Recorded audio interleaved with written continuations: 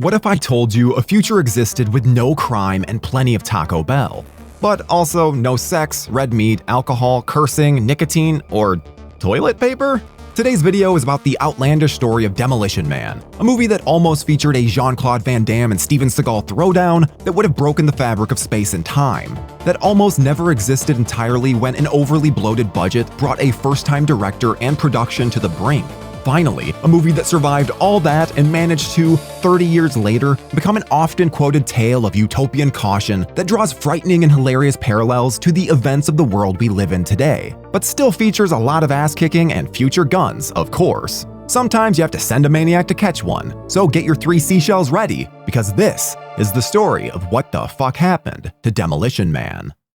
The first pen-to-paper Demolition Man script was very different from the final product that we saw explode on movie theater screens in '93. Writer Peter Lenkov was a fan of Lethal Weapon because he obviously has a fine nose for cinema. He wanted to do something about cops in the same vein and was fascinated with recent stories of celebrities being cryogenically frozen, a hot topic at the time. Lenkov connected these ideas on his way to Hollywood, hoping to break into the business. While listening to a broken tape deck in his car that would only play Sting's Demolition Man on repeat, he wrote a script of the same title that got his foot in the door. And ironically, Sting would later appear on the soundtrack. Thanks, broken tape deck.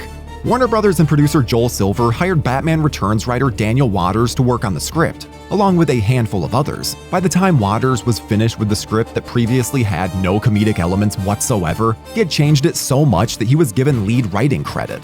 Waters would take the expensive and shiny new City Walk at Universal Studios in Hollywood as inspiration for his squeaky clean and futuristic San Angeles. Though the script ended up as a sharp political satire and a damnation of a sterile futuristic society, Waters maintains that was never his intention. He had no interest in being a spokesperson for either side. He just wanted to make people laugh. Though Waters' script only took him about 2.5 weeks to write, amazingly featuring not only the prediction of an Arnold Schwarzenegger political career, but future products and technologies such as flat-screen TVs, Zoom, and public service kiosks, it was 6 years worth of rewrites and polishes before the script was ever complete. During that time, uncredited work was also done by the Devil's Advocate writer Jonathan Lemkin, as well as the Monster Squad scribe Fred Decker. Decker ghostwrote the opening sequence of the film, showing the bad blood between Simon and John in their natural habitat. In his genius, the writer noted that if you don't show Kansas, Oz isn't going to be special. For a script like this, with an undoubtedly large budget, you'd probably assume someone like John McTiernan or Ridley Scott would direct. Hell, even Rennie Harlan. But producer Joel Silver had a great idea when he reached out to David Fincher. Fincher, whose only feature at that time was the disastrous experience of Alien 3, wasn't available. So they took a risk on an unknown, a friend of Fincher's named Marco Brambilla. Brambilla's only background at the time was shooting big-budget TV commercials. One wonders if Silver knew they were going to have some huge egos on the set of this film and needed a newcomer director without one. But it wasn't even originally Stallone and Snipes facing off on the cover of Demolition Man. Oh no, it was a whole different set of egos. The idea was in play at one point for the film to be Steven Seagal versus Jean-Claude Van Damme. Much like Stallone and Schwarzenegger, Seagal and Van Damme were full-on rivals at the time. Van Damme recalled that the studio wanted him to play the bad guy, and for Seagal to play the good guy, because Seagal was Warner Brothers' golden boy. This project never panned out. It's something we all wanted at the time, and the two knew it. Later, at a star-studded late 90s party at Stallone's house, the two almost made a real-life Demolition Man 2. One thing led to another, and JCVD challenged Seagal to fight him in Sly's backyard. Cocaine's a hell of a drug.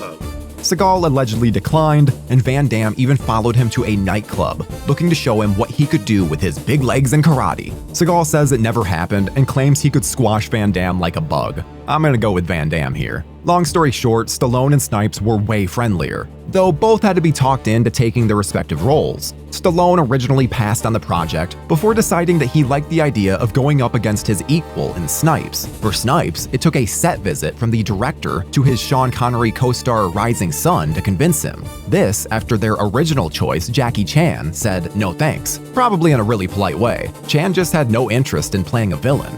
Actress Lori Petty was originally cast to play Huxley, but was fired after just 2 days due to unknown creative differences. Petty would later blame her inability to coexist with Stallone on set for her departure. Either way, when life gives you 3 seashells, you curse at a machine to make toilet paper. The studio hired Sandra Bullock in a role that Silver described to the press at the time as not a gigantic role, but a good part, which makes you wonder if Bullock's charisma led to her part being expanded as they went on.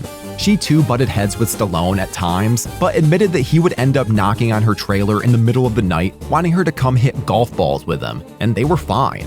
Dennis Leary was hired for the role of Edgar Friendly, mainly for his talent in producing hilarious rants about society, and he allegedly wrote his rants himself. We all know Demolition Man has an insanely impressive supporting cast, and also Rob Schneider, that includes everyone from Bob Gunton to Bill Cobbs. What you may not know is that the film featured Jack Black as an extra wasteland scrapper who did have lines in the film, but was hungover and stayed home on the day that producer Joel Silver would have used him.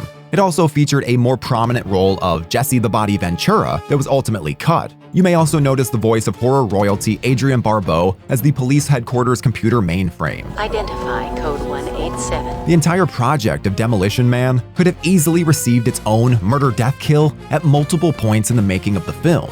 For starters, the project suffered delay after delay. A schedule that was originally supposed to be 72 days and $57 million became a 112-day, $77 million project with an inexperienced director taking the blame from the media. Silver backed his director and blamed heavy Los Angeles rains where they were filming, a soundstage damage from fire, and the film simply being a complicated shoot. The worst part for Stallone was, understandably, being cryogenically frozen. He described the experience as the worst terrifying 5 hours he'd ever had on a movie set. The scene was immortalized with multiple life-size models of a butt-naked John Spartan frozen in pain. They were hung in multiple Planet Hollywoods for a time, and if you're lucky enough, you might see one at your local thrift shop like these folks. The locations and toys of Demolition Man are all impressive and fun. General Motors provided 18 concept vehicles, and the city let them demolish an old Department of Water and Power building in downtown LA. Not everyone wanted to be involved, however. The script was changed from having Burger King be the only restaurant to survive the fast food wars to Taco Bell because the company didn't want to be involved. McDonald's also passed. For the European version of Demolition Man, Pizza Hut is actually the restaurant that won, because Taco Bell isn't popular there. The alternate version can be found on physical media. One more win for the good guys. As John and Huxley's ruined sexual experience can attest, sometimes things you can touch with your hands is better. Demolition Man also received a video game, a pinball machine, a comic book series, novelization, and multiple figures. Mattel lazily repurposed a bunch of He-Man toys to do so, and didn't even include Huxley. But still, it's nice to have toys. Hot Wheels even released a 9-car set of vehicles from the movie. This is the kind of marketing that made NBA player Dennis Rodman start dyeing his hair to resemble the legendary Wesley Snipes in the role. Snipes, a black belt martial artist, was so legendary that he had to slow down during fight scenes so the camera could keep up. He also insisted on doing his own stunts. According to Dennis Leary, the stunt crews would have to go out at night and secretly reshoot them with an actual stuntman, which is fucking hilarious. You are fined 1 credit for a violation of the verbal morality. Despite that, the director maintains that both Stallone and Snipes were equally professional, never competitive, and very respectful of each other during filming. If you're wondering whether there's an actual explanation behind the scenes for the seashells, he doesn't know how to use the 3 seashells. well, there isn't. The writer simply called up a friend who was in the bathroom during the call and noticed a bag of seashells on the toilet. Pretty anticlimactic, but I'm almost glad there isn't more of a story there. On October 8th, in the year of better times, 1993, Demolition Man released worldwide in theaters. Money turned out to be no boggle. The film, with a final budget of $77 million, came in #1 at the box office in its opening week, and held strong to the tune of $159 million worldwide overall. This was a huge success for Stallone, who was coming off the wrong side of Rocky V, Oscar, and Stop or My Mom Will Shoot at the box office. Roger Ebert pointed out the glaring double standard here, wondering why the world looked at Arnold Schwarzenegger's Last Action Hero as a flop when its box office was relatively comparable. See, Last Action Hero made $137 million against an $85 million budget. The difference was Last Action Hero had major expectations and faced off against Jurassic Park in week 2. Demolition Man was a surprise underdog squaring off with Cool Runnings, respectively. Either way, it was a relief for Stallone and a hit for audiences, like finding a beer and a rat burger underground during a fascist utopian nightmare. Ah, delicious. As to be expected, many critics looked down on yet another action movie starring two sweaty dudes who lift a ton of weights. But some appreciated the sharp social satire and wit of the film, as well as the actor's comedic chops. I like to think that those who complain about a blast of a movie like Demolition Man are cocteau in nature, writing their reviews sitting crisscross applesauce in their domiciles, sticking their nose up in the air as if Garth and Wayne just drove by asking if they had any Grey Poupon. With Demolition Man becoming a surprise hit, you would imagine a sequel would be imminent, right? We're not going to freeze this thing like a meat popsicle and wait 40 years to unthaw it, are we? Sadly, it's still down there, naked and coiled despite several reports over the years that ultimately have led us so far to nowhere.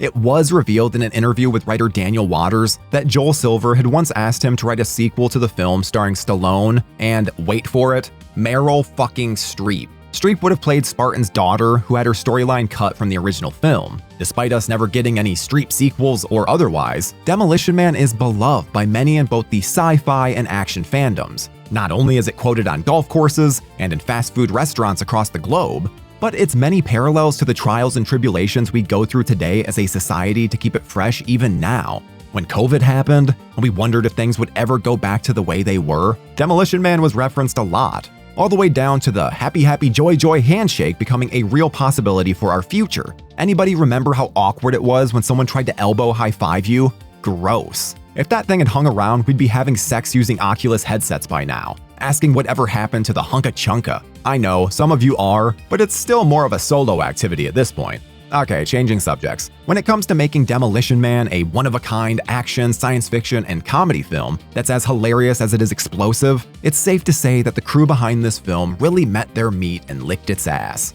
And that, my friends, is what the fuck happened to Demolition Man.